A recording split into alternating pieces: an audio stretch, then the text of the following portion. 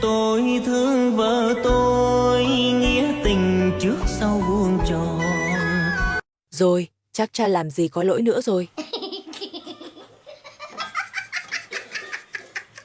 Tôi thương vợ tôi, tính tình ngây thắng hiền ngoan. Chứ ai mà lươn lẹo giống mày.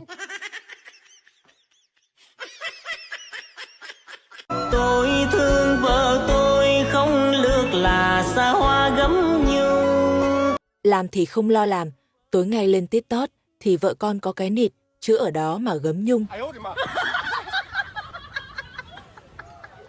Tôi thương vợ tôi, biết yêu chồng thương con hết lòng. Lỡ phóng lao thì phải theo lao thôi, chứ tao nhìn còn nãn nói chi vợ mày. Trời ơi!